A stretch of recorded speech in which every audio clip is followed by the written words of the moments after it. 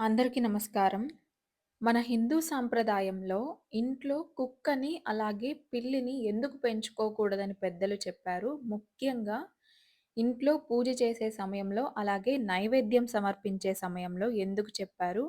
ఇది అంధవిశ్వాసమా? లేదా శాస్త్ర సమ్మతమైన కారణం ఉందా? అనే విషయాన్ని తెలుసుకుందాం. సాధారణంగా మన హిందూ సాంప్రదాయాల్లో కుక్కను అశౌచ జంతువుగా భావిస్తారు. అంటే శుభకార్యాలు, నైవేద్యాలు చేసే ప్రదేశాల్లో ఉండకూడదు అని దానికి అర్థం.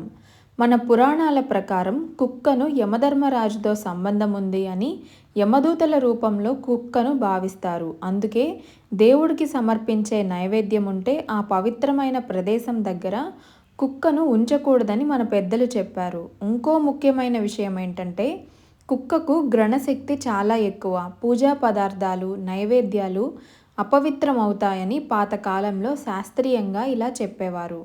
అలాగే పూజ చేస్తున్నప్పుడు పిల్లి అడ్డం వస్తే మంచిది కాదు అని, పిల్లిని పూజ గదిలోకి రానివ్వకూడదు అని కూడా చెప్పేవారు. దీనికి సమాధానం ఏంటంటే హిందూ సాంప్రదాయాల్లో పూజ అనేది పవిత్రత నియమం, శుభ్రతతో చేయాల్సిన ప్రక్రియ.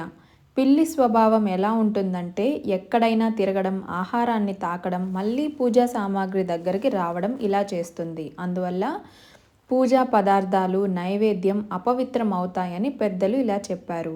అలాగే పిల్లికి ఉన్న వెంట్రుకలు చాలా సులభంగా ఊడిపోతూ ఉంటాయి. నైవేద్యంలో వెంట్రుకలు పడే అవకాశం ఎక్కువ కాబట్టి శుభ్రత, ఆరోగ్యం అనే దృష్టితో పాతకాలంలో పూజ సమయంలో పిల్లిని అలానే కుక్కని కూడా దూరంగా ఉంచేవారు. కొన్ని పురాణ కథల ప్రకారం పిల్లి చంచల స్వభావానికి ప్రతీక.